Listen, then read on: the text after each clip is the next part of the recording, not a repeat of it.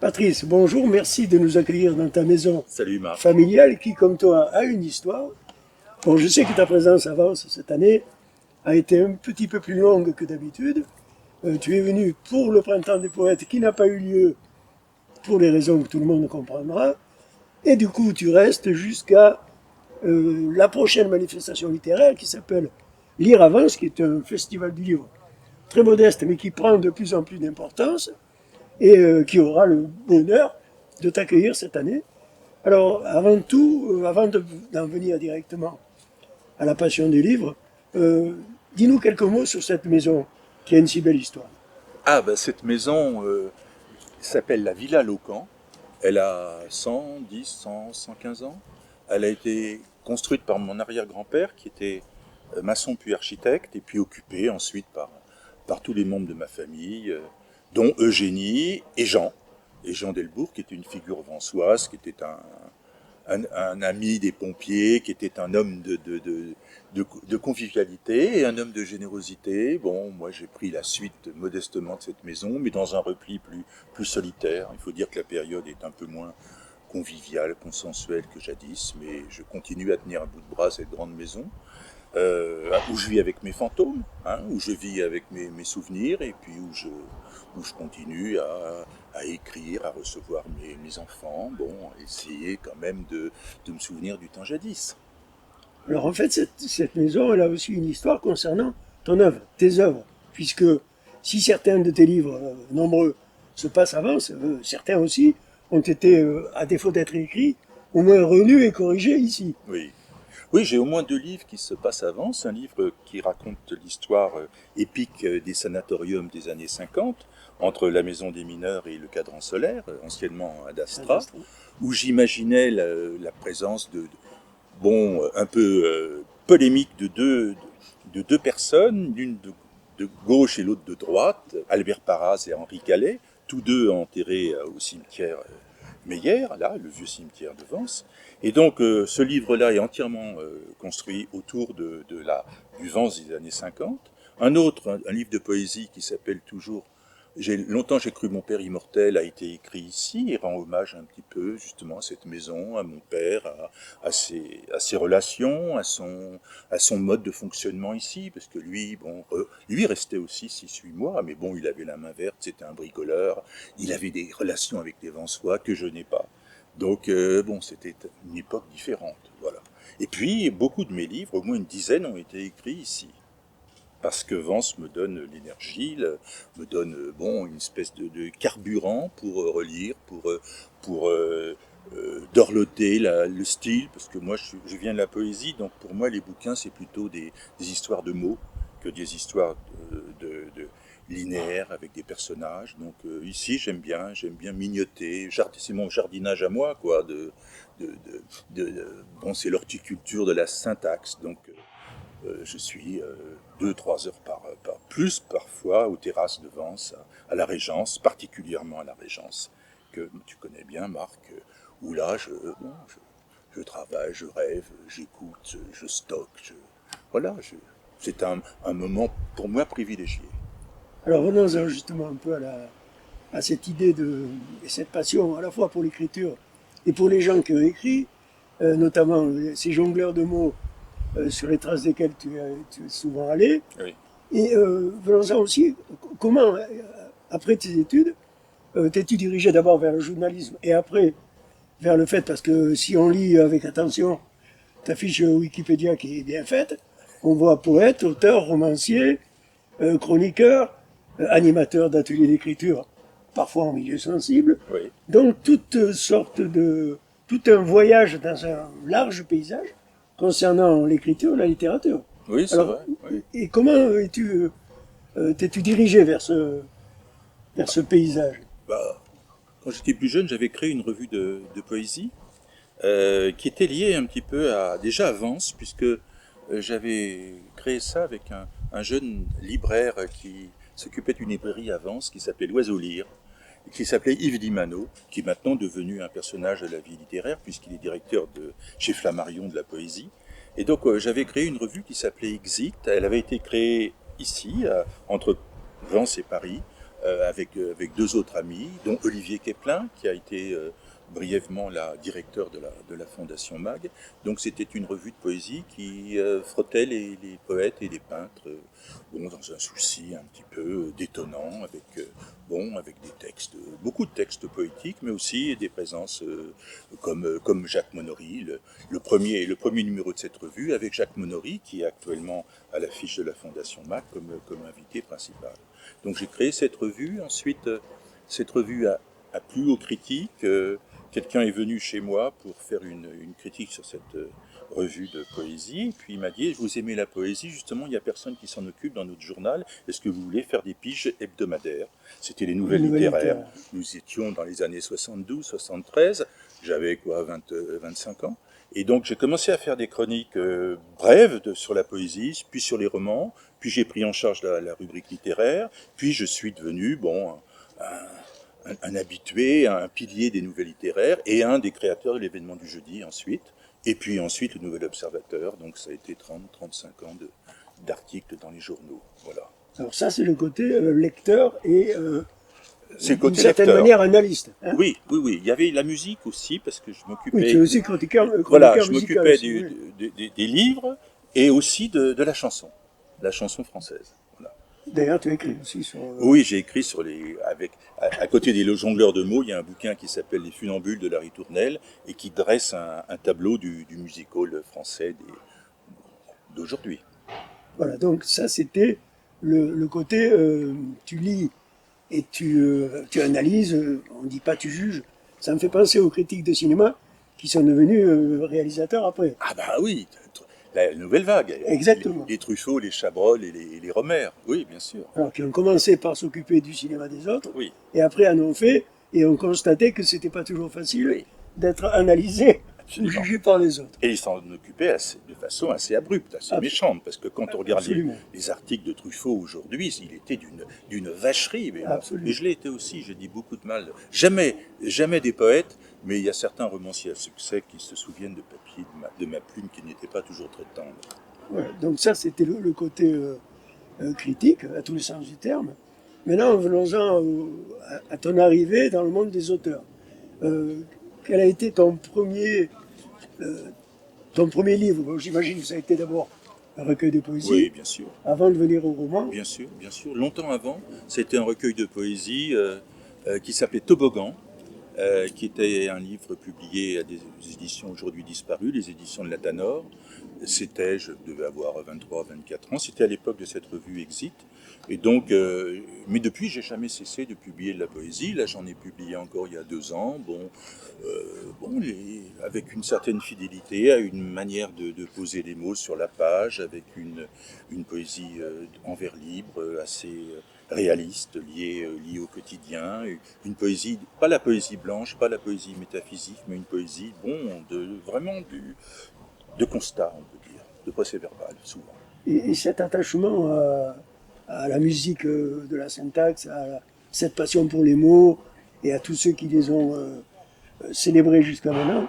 Bon, je pense évidemment à Alphonse Allais, dont tu as été très proche, au moins de l'œuvre. Oui, de l'œuvre, voilà, surtout de l'œuvre. Je ne suis pas aussi vieux quand même. Voilà. Mais tu pouvais aller d'Alphonse Allais à Blaise Cendrars, et ces espèces d'allers-retours dans des styles différents, c'est aussi un peu ton parcours, puisque tu fais des allers-retours entre la poésie, le roman, et d'autres formes d'écriture. Et l'humour radiophonique, puisqu'il y a eu les papous dans la tête pendant 35 voilà, ans. Ça aussi, c'est sur une France parenthèse. Culture, ou ce qui a été plus qu'une parenthèse, puisque ça a occupé ma vie pendant très longtemps. Et ça s'est arrêté récemment, d'ailleurs. Oui, il y a eu une espèce de collision, dirons-nous, avec la direction. Et ça s'est pas très bien passé. Et puis un certain nombre d'entre nous se sont un peu déchirés sur cette rupture. Bref, c'est clos. Mais donc pendant longtemps, je m'occupais aussi de faire des textes plutôt drôlatiques, alors que mes romans et ma poésie ne l'est pas du tout. C'est plutôt lugubre, sinistre, c'est plutôt beaucoup de désespoir et de mal à vivre. Mais là, à la radio, il fallait être dans la liesse et le calembour. D'ailleurs, je suis aussi l'auteur d'un dictionnaire du calembour. Voilà, alors oui. Donc, les calembours et les esquimaux. et les Esquimaux, ça c'est un hommage aussi à mon père, qui était un manieur de calembours et de bons mots. Et puis la famille, les bouillés. Je me souviens, par exemple, l'époque des pompiers à Vence, il y avait une espèce de terreau de calembours, de bons mots, d'homophonie. Chacun y allait d'une petite facétie verbale. Enfin, c'était très festif au niveau de la parole. Mais c'est une manière, c'est un peu ce qu'a toujours dit Audiard, qui s'inspirait beaucoup de ce qu'il entendait, de ce qu'il voyait, et qui, pas forcément reproduisait, mais ça lui donnait des idées, ça permettait de construire des dialogues. Bien sûr, Michel Audiard passait des journées dans ses rades, ses boui favoris. Il s'asseyait, il écoutait les consommateurs, et puis là, il y avait des choses qui lui arrivaient, qui étaient servies tout chaud, quoi. Il suffisait simplement de les capter, de les noter sur son calepin. Ah oui. Ce que j'essaye de reproduire aussi sur les terrasses aujourd'hui, mais il faut bien dire qu'aujourd'hui, quand même, la faconde, la tchatche de jadis n'est plus la même, hein. Les jeunes générations fonctionnent avec moins de mots, dirons-nous, pour être gentil. Et d'ailleurs, cet aspect, je me rappelle un jour d'avoir posé la question, comment ça se fait que tu écris? Parce que je te voyais souvent avec des manuscrits, Oui, voire avec du matériel pour écrire, oui, et sur des terrasses bondées où les gens parlaient Oui. fort, parfois, c'est vrai. et apparemment ça t'empêchait pas de travailler. Oui, alors qu'ici, je suis dans le calme et j'aime bien être solitaire dans la foule. Mais pour dire les choses, je trouve qu'effectivement, ici, les gens parlent assez fort, beaucoup plus qu'au nord de la Loire. Donc, c'est vrai que c'est pas, le rapport avec la terrasse n'est pas le même, disons, à Lille qu'à Nice. Alors on parlait tout à l'heure de l'époque qui a changé par rapport aux jeunes d'aujourd'hui. Quel regard tu portes sur la littérature d'aujourd'hui, la poésie moderne, enfin contemporaine, les romans contemporains? Est-ce que bon, je sais que tu es plus directement un Non. chroniqueur littéraire, mais il t'arrive encore de lire. Oui, je suis plus en Voilà. actif, mais je regarde un petit peu ce qui se passe. Là, j'ai repéré 3-4 titres dans la rentrée là, de 2020, bon, qui m'intéressent. Bon, il y a des auteurs que j'aime bien, que je suis, de Houellebecq à Modiano. Bon, je suis quand même toujours intéressé, mais aussi ça me permet de revenir vers des classiques aussi. Et puis de prendre un peu de recul. Et Ouais, de voilà. prendre du recul ici, bon, de revenir avec, je sais pas, avec le journal de Flaubert ou le journal de Gombrowicz, qui sont des choses qui sont agréables. Et puis il n'y a aucune urgence, j'ai pas de papier à rendre. Bon, il y a pas le rédacteur en chef qui vous demande, bon, brusquement, de faire 3 feuillets dans les 24 heures. Donc voilà, c'est la tranquillité un peu du retraité plumitif, quoi. Alors on va revenir un peu sur les romans. L'idée des romans, elle venait comment? Et comment tu arrivais à les construire? Et est-ce qu'ils existaient d'abord sous forme de scénario dans ta tête, ou est-ce que c'était d'un seul jet, ou est-ce que voilà. Jamais d'un seul jet. Moi, je suis pas romancier. Construire une histoire, ça m'intéresse pas trop. Ce que j'aime bien, c'est l'alliance des mots. Souvent, ce qui me donne le départ d'un livre, c'est des mots, c'est un mot que j'ai envie de mettre en majesté dans une page, c'est le tamponnement de vocables, mais c'est pas l'histoire de la marquise qui sort à 5 heures. Ça m'emmerde profondément. De raconter l'histoire d'un héros historique, alors vraiment, c'est quelque chose qui me tombe des mains. Moi, j'aime bien, mais je viens de la poésie. Donc, pour répondre à ta question, vraiment, le déclencheur, ce sont les mots. Donc, ça fonctionne de manière circulaire. J'écris de manière comme ça, en couche, en sédiment cyclique, mais pas du tout de manière linéaire, quoi. Bon, quasiment, je fais rarement des plans, quoi. Et donc, ça se dégage comme ça de certaines alliances de mots grammaticales, de certains mots rares. J'aime bien aussi aller exhumer des mots de jadis. Bon, j'ai fait quelques romans en argot ou des romans un peu à contrainte, liés à l'Oulipo, ou des romans avec des petites clés derrière, mais rarement des clés de fond, plutôt des clés de forme. Et puis, la tonalité, comme je te disais, est souvent un petit peu noire, un peu lugubre. Je m'attache à des personnages qui sont des anti-héros, qui vivent mal, qui sont pas bien, qui sont dans des époques décalées, qui ont une sexualité bizarre, qui ont des manies, qui ont des névroses, qui sortent de chambres de stérilisation, ou qui sortent d'un deuil violent. Enfin, j'essaye de prendre toujours les personnages dans des moments de rupture de leur vie. Souvent, le personnage est seul, Souvent, il est assez patibulaire, il n'est pas sympathique. C'est pas un personnage auquel le lecteur peut s'attacher. S'identifier, Ah non, ouais. jamais, Ouais. jamais. Bon, ouais, j'ai toujours présent à l'esprit la phrase de Scott Fitzgerald, c'est-à-dire tout roman est un processus de destruction. Donc à partir du moment où on prend un personnage et on le mène avec le lecteur jusqu'à la fin, il va se passer quelque chose qui ne l'embellit pas, mais qui le dégrade. Et je m'attache à décrire ce processus de mutilation, d'empiètement, bon, qui conduit effectivement jusqu'au sépulcre final. Mais alors, c'est un paradoxe quand même, parce que je te sais très attaché à l'humour, Oui, puisqu'il y a toute une partie de ton œuvre qui repose là-dessus. Et comment on arrive à comprendre cette espèce bah oui, c'est de paradoxe entre les anti-héros de tes romans et la passion pour l'humour que tu développes à côté? plus qu'un paradoxe, c'est un mal-être. Il y a deux personnages en moi, puis il y a les journalistes qui devaient quand même faire des papiers qui n'étaient pas imbitables, qui étaient lisibles par tous, qui étaient attrayants, qui étaient aguicheurs même. Quand on fait un papier, il faut attirer l'appétit du lecteur. Bon, et c'est pas en tournant le dos et en racontant des histoires sinistres qu'on attire l'attention du lecteur. Donc j'ai toujours jonglé avec les deux. Le travail personnel était toujours ma part d'ombre, vraiment dans des zones très sinistres, très aigretantes, très maladives, très hypochondriaques, bon, le malaise, quoi, une écriture du malaise. C'est pour ça que je suis touché par un Houellebecq ou un Modiano dans des genres très différents, et que des gens comme Le Clésio ou d'autres qui sont des écrivains plus solaires, plus planétaires, me laissent un petit peu en dehors. Et c'est curieux parce que, sans venir aux auteurs que tu as cités, moi j'ai souvent pensé à San Antonio, à Frédéric Dard qui écrivait des Oui. livres très noirs Oui, sous le nom de Frédéric Dard, et qui se lâchait complètement absolument. quand c'était San Antonio, et comme s'il avait besoin des deux. Et parce que C'est ça m'a paru très étonnant. J'étais Ouais. très attaché au livre de Frédéric Dard qui était aussi très noir, très qui ont été noir. adaptés d'ailleurs certains au La vieille cinéma. qui marchait dans la mer, par Voilà. exemple, c'est des livres qui sont poignants, douloureux. Mais Michel Audiard, c'est pareil. Voilà, Les c'est ça. rares bouquins que Michel Audiard a écrits, ses romans personnels, sont d'une noirceur, d'une douleur, alors que c'était un homme de bons mots, un homme de comptoir qui ciselait ses réparties. Et San Antonio aussi. Moi, j'étais un grand lecteur de San Antonio, mais il avait deux faces. C'est ça, voilà. Deux faces, vraiment deux personnages. Janus. C'est ça. Ouais, ouais. Alors, pour en revenir encore à ton œuvre, alors je sais que maintenant il n'y a plus le côté observateur et critique, mais tu es quand même toujours dirigé vers l'écriture. Alors tu as encore des projets, j'imagine.